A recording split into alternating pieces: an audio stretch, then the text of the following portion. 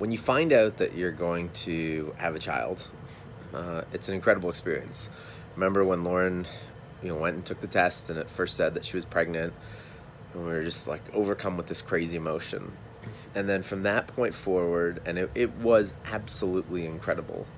From that point forward, the next 8.5 months are just a blur of reading and classes and shopping. And thank goodness for this store called Bye Bye Baby, which is an incredible store. Just everything they do is just, it makes it so easy for new parents, which was great. But it's like 8.5 months of just not really knowing what to expect and not knowing if the birth is going to be easy or hard or whatever it's going to be. And as a dad, and personally, what I found is I like to fix things, and I couldn't fix shit. There was nothing about the process that was easy. And my biggest struggle for 8.5 months was making sure, is Lauren okay? Is the baby okay? Realizing I am completely useless other than being a cheerleader, which, if you know me, I was a cheerleader, so you'd think I was good at that, but it was incredibly exhausting and nerve-wracking. And so 8.5 months, you're prepping for this big day. And then finally, Lauren went into active labor. And she was 3 or 4 days over, so there's an extra 3 days like, oh my gosh, what's happening? Is everything okay? Is the baby okay? Is the Lauren okay? Whatever.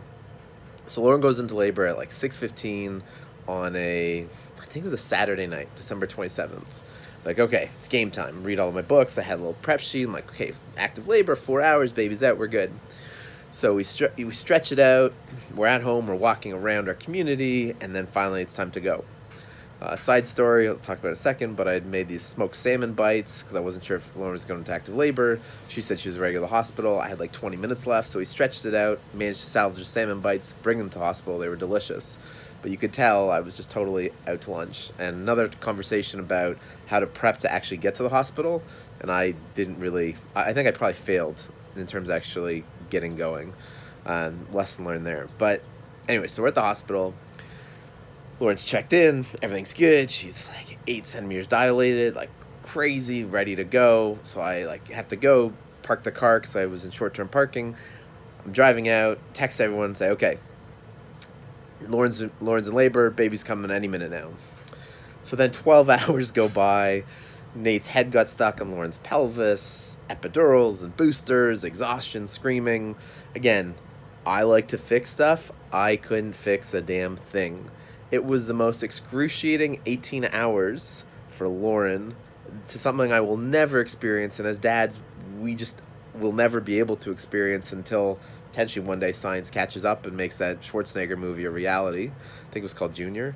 But anyways, 18 hours, Lauren's a freaking rock star, and it's really important, your significant other going through labor, if you're not going through it yourself, actually pushing the baby out, whatever they need, just, it's all about them. They're freaking superhuman beings, which is incredible. But anyways, 18 hours, intense, incredible doctors supporting Lauren, supporting her baby, making sure that everyone was healthy. All this happens. Baby comes out. I just like, I mean, the emotions are freaking incredible that goes through your head. And I think, like, being a dad, you gotta be ready because you're gonna be soft. Like, that's just like emotions, the weirdest shit is just gonna get to you now. And that's okay. Yeah, it's okay. Totally cool. Anyway, so baby comes out. Baby goes over to like, Nate goes over to the warming table. There's a whole bunch of professionals there making sure Nate was okay because it was such a long, intense labor. There's a whole bunch of people making sure Lauren was okay. Again, as a dad, you're freaking useless unless you are a trained medical professional who delivers babies all the time, which in that case, you'd still probably be useless because it's your own baby. You can't really do anything. And we had a birthing coach called a doula who helped incredibly. And so as the baby's born, she's right there beside me. Her name was Lane. Incredible. If you're in the Atlanta area, she's definitely worth looking up. And she taps him on the shoulder. It's like, they're calling you. They're calling you. So I realized, okay, like, I get to go see Nate. So I kiss Lauren on the forehead. I start walking across the room, and it was like 10 feet. It was a nice big Atlanta private room, but it wasn't far. So that 10 feet, I swear, like, if any, I definitely could have turfed it, no doubt about it. Just feeling totally uncoordinated, exhausted, overjoyed. And it was the craziest thing. There was a whole bunch of people around the table where Nate was.